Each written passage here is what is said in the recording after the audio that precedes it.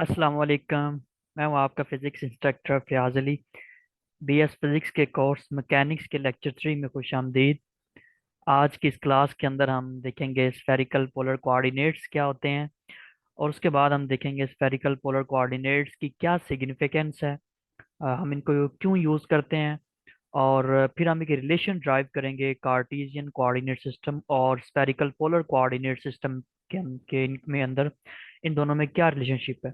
और फिर हम ये इसको देखेंगे इस रिलेशनशिप के अंदर कि अगर हमें कार्टेशियन कोऑर्डिनेट्स दिए गए हैं तो हम उसे स्फेरिकल पोलर कोऑर्डिनेट्स कैसे निकाल सकते हैं, या अगर स्फेरिकल पोलर कोऑर्डिनेट्स दिए गए हैं तो उससे कार्टेशियन कोऑर्डिनेट्स कैसे फाइंड आउट कर सकते हैं।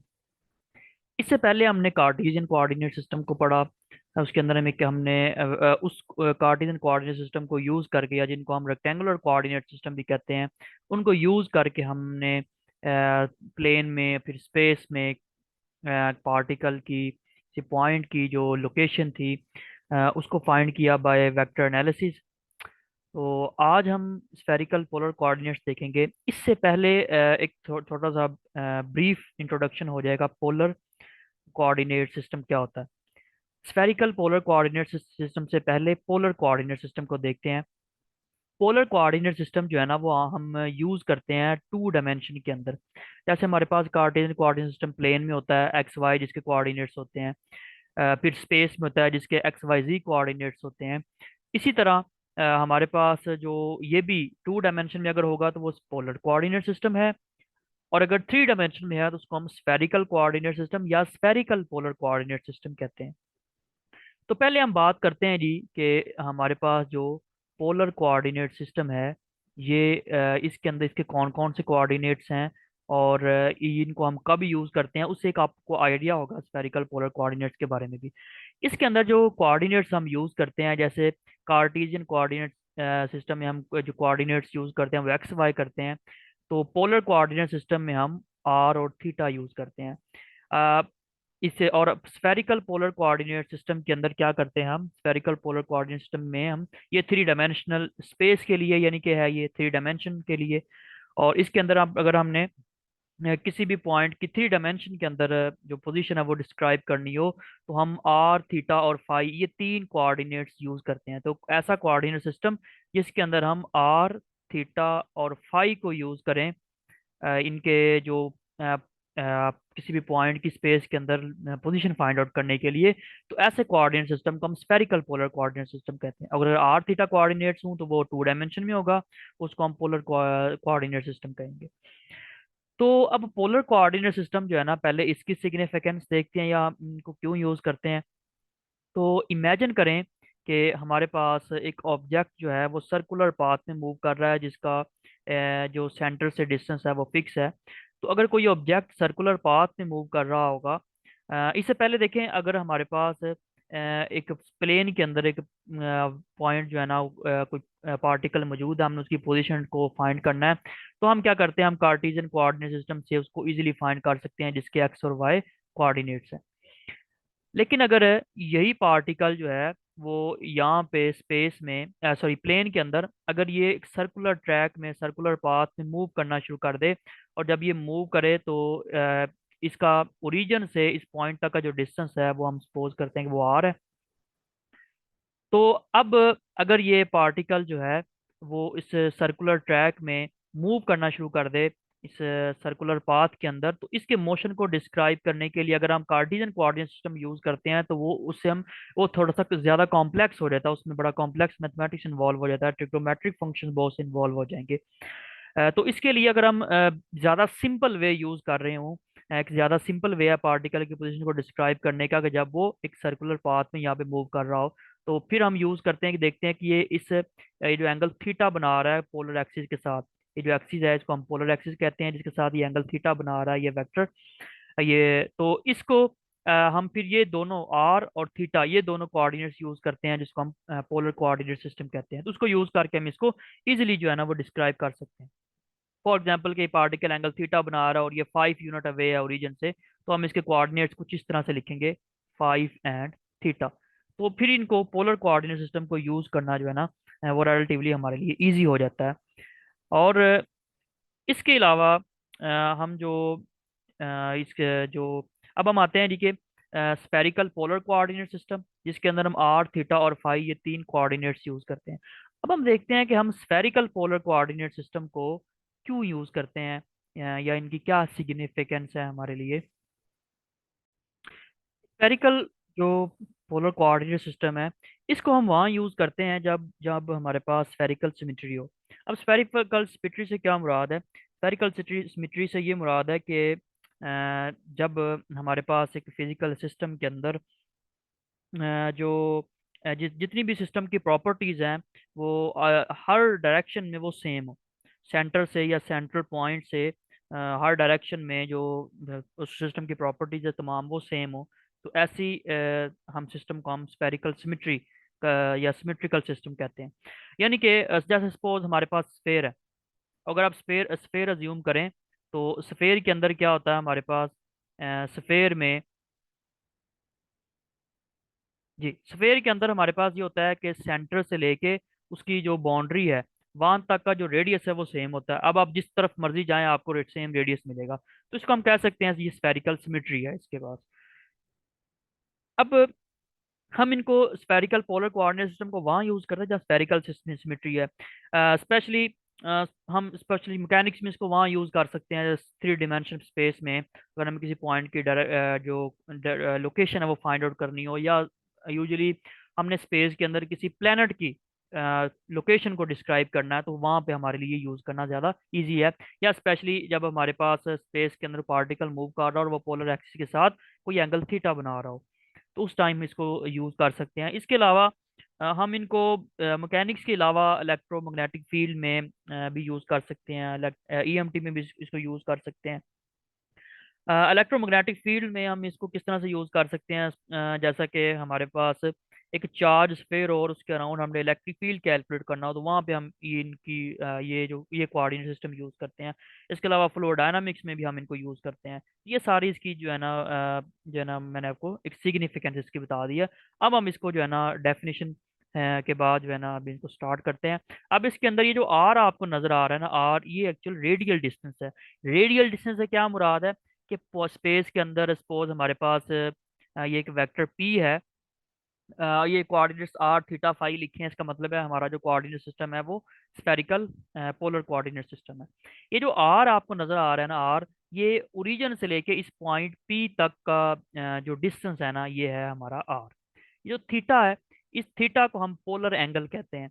ये पोलर एंगल क्या होता है कि जो जी एक्सिस के साथ हम पोलर एक्सिस भी कह सकते हैं, जी एक्सिस के साथ, ये जो जी एक्सिस के साथ ये वेक्टर ओ पी वेक्टर जो एंगल बना रहा है थीटा, ये हमारा हो जाएगा पोलर एंगल। और इस पोलर एंगल को हम जीनथ एंगल भी कहते हैं। ये दो कौन नाम जो है ना ज्यादा कॉमनली हम यूज करते हैं, जीनथ एंगल और पोलर एंगल। अब इसके अलावा हम इसको नॉर्मल एंगल भी कहते हैं या एंगल ऑफ इंक्लिनेशन भी कहते हैं। एक आर थीटा, उसके बाद फाई है। फाई क्या है कि ये जो हमारा ओ सी वेक्टर है, ओ सी या ये जो ओ सी पॉजिटिव एक्स एक्सिस के साथ ये जो एंगल बना रहा है फाई है। अब इस डायग्राम को हम, ये जब डायग्राम आपको नजर आ रही है, इसको हम पीछे डिस्कस भी कर चुके हैं। जो हमारा जो था, जब हमने फाइंड आउट किया एक वेक्टर को कंपोनेंट्स में रिजॉल्व किया थ्री डायमेंशन के अंदर, तो उस टाइम भी हमने यही सेम डायग्राम को डिस्कस किया था। तो डिस्क्रिप्शन में मैं लिंक जो है ना वो पेस्ट कर दूंगा, वहां से भी आप जाके देख सकते हैं। जरा एक रिवाइज भी कर लेते हैं इसको। इसके अंदर सपोज हमारे पास एक वेक्टर ओ पी है, पोजीशन वेक्टर आर से जिसको डिस्क्राइब किया गया है एक्स वाई जी के अंदर, यानी कि हमारा जो ये कह लें स्पेस के अंदर एक ये पॉइंट है। अब सपोज करें कि हम इस वेक्टर के हेड से परपेंडिकुलर ड्रा करते हैं। परपेंडिकुलर हम एक्स वाई प्लेन पे ड्रा करेंगे। याद रखें ये जो हमारा वेक्टर है, अगर हम कार्टेशियन कोऑर्डिनेट में इसको देखें, तो ये वाई जी प्लेन में लाई नहीं कर रहा बल्कि स्पेस में लाई कर रहा है। तो हम क्या करते हैं, हम एक्स वाई प्लेन के ऊपर इस पॉइंट से परपेंडिकुलर ड्रा करते हैं, और उसके बाद क्या करते हैं, हम इसका परपेंडिकुलर जो है ना वो एक्स एक्सिस पे भी ड्रा करते हैं और वाई एक्सिस पे भी ड्रा करते हैं। तो अब इनको मिलाने वाली जो यहाँ से एक लाइन हम ड्रा करते हैं, एक वेक्टर ड्रा करेंगे ओ सी वेक्टर। ठीक है, ये जो ओ सी वेक्टर है, अब ये जो ओ सी वेक्टर इस एक्स एक्सिस के साथ जो एंगल बना रहा होगा ना, इसको हम एजीम्यूथल एंगल कहेंगे, फाई कहेंगे। और इसी तरह हम इसको जी एक्सिस पे अगर ड्रा इसका कंपोनेंट बनाएं, जी एक्सिस पे परपेंडिकुलर ड्रा करें, तो ये उस पॉइंट को हमने ई कहा, तो ई पी बेसिकली हमने परपेंडिकुलर ड्रा किया है ऑन जी एक्सिस। अब देखें, तो ये जो एजीमुथल एंगल है मैं बता चुका हूँ, जो वेक्टर ओ सी एक्स एक्सिस के साथ एंगल बना रहा होगा, इसको हम एजीमुथल एंगल कहेंगे। अब हम डिस्कस करते हैं कि कार्टेशियन कोऑर्डिनेट सिस्टम और स्फेरिकल पोलर कोऑर्डिनेट सिस्टम में क्या रिलेशनशिप है। तो अगर आप देखें, तो अगर मैं इस इन्हीं को स्फेरिक अगर हम मैं जो है ना ये जो आर थीटा और फाइव मैंने लिए हैं, अगर मैं कार्टेशियन कोऑर्डिनेट सिस्टम में हूँ, तो मैं फिर इनको लूंगा, मैं इस पॉइंट को डिस्क्राइब करूंगा, इस पॉइंट के जो कोऑर्डिनेट्स होंगे वो एक्स वाई जी होंगे। अब हमने ये जो एक्स वाई जी का आर थीटा फाई के साथ क्या रिलेशनशिप है उसको डिस्क्राइब करना है। तो ये जो आर वेक्टर है, इसका अलोंग एक्स एक्सिस जो कंपोनेंट है वो एक्स है, और जो अलोंग वाई एक्सिस है वो वाई कंपोनेंट है, और जो अलोंग जी एक्सिस है वो जी कंपोनेंट है। ये आपको डायग्राम में नजर आ रहा है। अब रिलेशनशिप ड्राइव करने के लिए हम यहाँ पे ट्रायंगल्स, तीन ट्रायंगल्स को जूम करते हैं। तो सबसे पहले ट्रायंगल हम लेंगे ओ पी ई, ये ट्रायंगल जो है, ठीक है। तो ओ पी ई हमने ट्रायंगल ली। याद रखें, हम यहाँ पे फाइंड करना चाह रहे हैं कि कार्टेशियन कोऑर्डिनेट सिस्टम जो है एक्स वाई जी, एक्स वाई और जी, इनका आर थीटा और फाई के साथ क्या रिलेशनशिप बनता है। तो इसके लिए यानी कि इन अदर वर्ड्स हमने जी वाई और एक्स यानी एक्स वाई जी को in terms of r theta and phi find करना है। तो अगर हम ये ट्रायंगल अज्यूम कर रहे हैं ओ पी ई, तो इसके अंदर जो आ रहा है वो जी आ रहा है, इसका मतलब हमारा टास्क है जी को फाइंड आउट करना। तो याद रखें, इससे पहले एक छोटी सी बात को याद रख लें कि अगर हम एक ट्रायंगल अज्यूम कर रहे हैं ना, राइट एंगल ट्रायंगल है, तो राइट एंगल ट्रायंगल में परपेंडिकुलर के सामने जो है हमेशा हाइपोटेन्यूज होता है, परपेंडिकुलर के सामने। और जहाँ पे एंगल थीटा बनता है, एंगल थीटा के सामने परपेंडिकुलर होता है। ये बात आपको बहुत हेल्पफुल होगी इनको यहाँ पे ट्रायंगल्स को समझने के लिए, कि थीटा के सामने वाला वो परपेंडिकुलर है, और जहाँ पे 90 डिग्री का एंगल बन रहा होता है उसके बिल्कुल सामने वाला हाइपोटेन्यूज था, बाकी जो साइड बच जाएगी वो बेस हो। तो यहाँ पे आप देखें, तो जो कि हमने ये परपेंडिकुलर लाइन ड्रा की है जी एक्सिस पे, तो जो हमारा ई पी होगा, ये परपेंडिकुलर है, ठीक है। और थीटा, थीटा के सामने वाला मैं बता चुका हूँ, थीटा के सामने वाला परपेंडिकुलर है, तो थीटा के सामने ये है, तो ये परपेंडिकुलर हो गया, ई पी परपेंडिकुलर है। तो हमारा टास्क क्या है, जी फाइंड करना। जी फाइंड करें, हम वो वाली ट्रिग्नोमेट्री रेशियो फिर लगाएंगे कि जिसमें ये जी वाली साइड है। अब ये कौन सी है, ये तो हो गया परपेंडिकुलर, और ये वाली जो साइड होगी हमारे पास, ये जो थीटा बन रहा है, थीटा के सामने परपेंडिकुलर, परपेंडिकुलर के सामने वाली हाइपोटेन्यूज, ओ पी हाइपोटेन्यूज है। तो हमने वो वाली साइड ट्रिग्नोमेट्री रेशियो यूज करनी है इस फिर ट्रायंगल में, जिसमें हमारे पास ये बेस और हाइपोटेन्यूज दोनों आए। तो ये सिर्फ और सिर्फ कॉज में बनती है, इसलिए हम कॉज यूज करेंगे। तो कॉज बेस ओवर हाइपोटेन्यूज, ओ बेस क्या है, बेस है जी हमारे पास ओ ई, और हाइपोटेन्यूज ओ पी है। अब ओ ई जी है और ओ पी आर है, तो हम यहाँ पे लिख देंगे G cos theta G over R है। तो जी यहाँ से हमने फाइंड कर लिया आर कॉस थीटा। अब हमारा एक टास्क कंप्लीट हो गया, हमने एक्स वाई जी को निकालना है, तो हमने जी निकाल लिया, आर कॉस थीटा के बराबर है, ठीक है। तो इसको आपने इक्वेशन को याद रखना है। अब हम ट्रायंगल जो है ना, ये जो आपको नजर आ रही है ओ पी सी, ये जो राइट एंगल ट्रायंगल है, इसको ज्यूम करेंगे। अच्छा, आल क्योंकि अगर ये एंगल थीटा है, तो यहाँ पे जो बनने वाला एंगल होगा वो भी थीटा होगा, क्योंकि अल्टरनेट एंगल इक्वल होते हैं। और थीटा के सामने वाला जो होता है, थीटा के सामने वाला जो है वो परपेंडिकुलर है। तो इसका मतलब है जो जहाँ पे, चूंकि हमने यहाँ पे परपेंडिकुलर ड्रा किया है, ये जो पी सी है बेसिकली ये परपेंडिकुलर लाइन है जो हमने एक्स वाई प्लेन पे ड्रा की है, यानी कि आप कह सकते हैं यहाँ पे परपेंडिकुलर है। परपेंडिकुलर के सामने वाला क्या होता है, हाइपोटेन्यूज है। तो ओ पी हमारा हाइपोटेन्यूज है, ठीक है। और ओ पी ये हमारा क्या हो जाएगा, ये हाइपोटेन्यूज हो जाएगा। और थीटा के सामने वाला परपेंडिकुलर है, तो ओ सी परपेंडिकुलर है। तो यहाँ से हमने ओ सी फाइंड करना है, वेक्टर, ये वेक्टर जो एक्स एक्सिस एंगल फाइव बना रहा है, तो ये जो ओ सी हमने फाइंड करना है। तो इसके लिए हम जो ट्रिग्नोमेट्री रेशियो यूज करेंगे वो साइन थीटा है। तो साइन थीटा किसके बराबर होता है, हमें पता है, साइन थीटा परपेंडिकुलर और हाइपोटेन्यूज के बराबर है। तो परपेंडिकुलर अगर आप यहाँ पे देखें, तो वो हमारे पास क्या बनता है, वो ओ सी बनता है, ये मैं बता चुका हूँ आपको अभी। और हाइपोटेन्यूज फिर क्या बन जाएगा, हमारे पास परपेंडिकुलर के सामने वाला ओ पी हाइपोटेन्यूज बन जाएगा। ठीक है, तो ये क्या आ जाएगा जी, यहाँ पे हमारे पास आ जाएगा साइन थीटा ओ सी ओवर ओ पी के बराबर। ओ पी आपको पता आर है, तो यहाँ से आ जाएगा ओ सी आर साइन थीटा। ये हमने इसलिए निकाला पहले क्योंकि ये आगे यूज होनी है, ये इक्वेशन नंबर जो 2 है। अब हम ट्रायंगल ये एज्यूम कर रहे हैं ओ सी डी, ओ सी डी, ये वाली ट्रायंगल। ठीक है, अब चूंकि हमने यहाँ पे से परपेंडिकुलर ड्रा किया इस डी पॉइंट पे यानी कि एक्स एक्सिस पे, तो ये जो है हमारा ये हो जाएगा, ये परपेंडिकुलर है। परपेंडिकुलर के सामने वाला हाइपोटेन्यूज, ओ सी हमारा हाइपोटेन्यूज हो जाएगा। ठीक है, और यहाँ पे एंगल जो फाई बन रहा है, ठीक है, तो परपेंडिकुलर के सामने वाला जो होता है हमारे पास वो हाइपोटेन्यूज है, और ये मैं बता चुका हूँ जो सी डी है ये परपेंडिकुलर, और फिर ये ओ डी क्या हो जाएगा, बेस हो जाएगा। अब हमारा टास्क यहाँ पे क्या निकालना है, क्योंकि एक्स आ गया तो एक्स को निकालेंगे in terms of theta and phi. ठीक है, तो फिर यहाँ पे जो हम ट्रिग्नोमेट्री रेशियो यूज करेंगे वो है कॉज ऑफ फाई, क्योंकि यहाँ पे एंगल फाई बन रहा है। ठीक है, और ये आ जाएगी हमारे पास ओ डी ओवर ओ सी। ठीक है, और ओ डी चूंकि बेस है और ओ सी परपेंडिकुलर, ये तो हाइपोटेन्यूज हो गया, तो ये हम यूज करेंगे ओ डी और ओ सी। ओ डी एक्स के बराबर है, ये लिख दिया। ओ डी हमें पता है कि यहाँ पे आप देखें तो आपको नजर आ रहा है कि ओ डी जो है ये एक्स के बराबर है। और ओ सी हमने ऊपर वाली इक्वेशन में निकाला, इक्वेशन नंबर 2 में ओ सी आर साइन थीटा के बराबर है, तो ये आ जाएगा। अब एक्स यहाँ से क्या आ जाएगा, r sine theta cos phi. अब ये हमने जी निकाल लिया, उसके बाद हमने एक्स भी फाइंड कर लिया, अब हमारा रह गया है वाई। ठीक है, तो हम अगेन यही ट्रायंगल कंसीडर करेंगे, लेकिन अब हम इसमें साइन फाई लगाएंगे।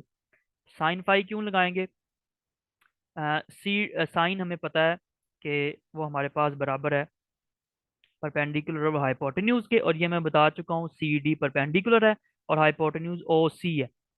ठीक है, अब अगर आप यहाँ पे देखें तो सी डी एग्जैक्टली पैरेलल है ओ बी के, मैग्नीट्यूड में बराबर, और मतलब इनकी जो लेंथ है वो भी सेम होगी, और ये हैं भी पैरेलल। ये आप वैसे भी देखें तो ये पैरेललोग्राम बन रही है, ओ डी सी बी, ये पैरेललोग्राम बन रही है। और पैरेललोग्राम की जो आमने सामने वाली साइड्स हैं वो मैग्नीट्यूड में बराबर होती हैं और आपस में पैरेलल भी होती हैं। तो सी डी की जगह फिर मैं लिख सकता हूँ ओ बी। तो यहाँ पे देखें, ये हम यूज करेंगे G sine phi, C D over O C है। अब सी डी की जगह पे मैंने यहाँ पे लिख दिया ओ बी। ठीक है, अब चूंकि सी डी और ओ बी पैरेलल हैं और ओ बी आप देखें तो वो वाई के बराबर है, तो इसकी जगह आ जाएगा हमारे पास वाई आ जाएगा। ठीक है, और ओ बी की जगह हमारे पास वाई आ जाएगा, और वाई किसके बराबर आ जाएगा, ओ सी ऊपर निकाल चुके हैं हम, ओ सी ये देखें आर साइन थीटा के बराबर है। तो ओ सी जो है ना वो आर साइन थीटा के बराबर हो जाएगा। ये देखें यहाँ से ओ बी वाई के बराबर है और O C R sine of theta के बराबर। तो मैं यहाँ पे कह सकता हूँ कि y is equal to r sine theta into r sine of phi. अब देखिए हमने तीनों को निकाल लिया, एक्स वाई और जी तीनों को। तो अब ये हमने एक रिलेशनशिप फाइंड कर लिया। अब आप देखिए तो एक्स वाई जी कार्टेशियन कोऑर्डिनेट्स हैं, और दूसरी टर्म पे जो आपको तरफ जो नजर आ रहे हैं आर थीटा फाई, ये क्या है, ये स्फेरिकल पोलर कोऑर्डिनेट्स हैं। तो अगर आपको आर थीटा और फाई मालूम हो, यानी कि स्फेरिकल पोलर कोऑर्डिनेट्स पता हो, तो उससे आप कार्टेशियन कोऑर्डिनेट्स फाइंड कर सकते हैं, यानी कि एक्स वाई जी आप फाइंड कर सकते हैं। लेकिन अगर आपको एक्स वाई जी दिया हो तो उससे हम आर थीटा और फाई कैसे फाइंड करेंगे, वो आप यहाँ पे देखें। उसके लिए फिर हम क्या करेंगे, इन तीनों इक्वेशंस को आपस में ऐड कर देंगे, सुकेर करके ऐड कर देंगे। सुकेर करके ऐड करेंगे तो ये आ जाएगा हमारे पास। अब यहाँ से देखें तो इसको हम यूं लिख सकते हैं आर स्क्वेयर। अब यहाँ पे आप देखें तो साइन स्क्वेयर जो थीटा है इन दोनों टर्म से वो कॉमन ले लें, तो साइन स्क्वेयर थीटा कॉमन ले लिया, बाकी हमारे पास बच जाएगा G cos square phi plus sine square phi और प्लस कॉस स्क्वेयर थीटा, वैसे ही रहेगा।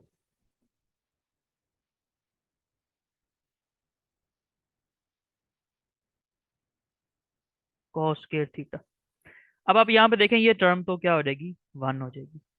अब ये टर्म जब वन होगी तो आर स्क्वायर, ये वाला साइन तो वैसे ही आ जाएगा, साइन स्क्वायर, ये टर्म तो वन होगी, प्लस कॉस स्क्वायर थीटा, तो ये भी क्या हो जाएगा, ये भी वन हो जाएगा। तो R square theta into R square into one, तो ये हमारे पास आ जाएगा X square plus Y square plus G. अगर आपको याद हो तो कार्टेशियन कोऑर्डिनेट्स में भी हमने सेम यही फाइंड किया था, जब हमने एक वेक्टर को कार्टेशियन कोऑर्डिनेट सिस्टम के अंदर वो थ्री डायमेंशन में उसके कंपोनेंट्स बनाए थे, तो उसमें भी हमने आर को यही फाइंड किया था।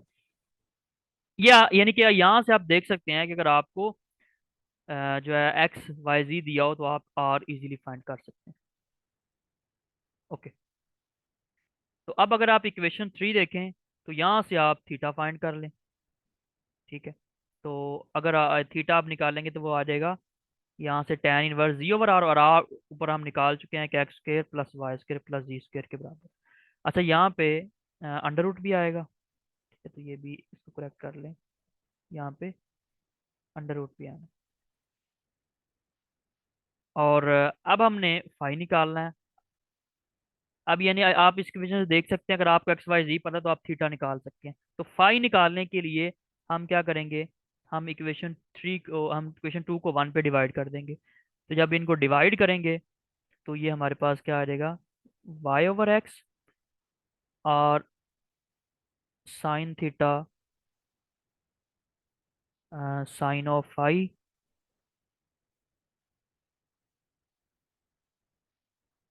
Divided by r sine theta cos phi. तो यहाँ से अगर आप देखें तो ये कैंसिल हो जाएंगे, R sine theta, sine phi और कॉस फाई टेन फाई के बराबर है।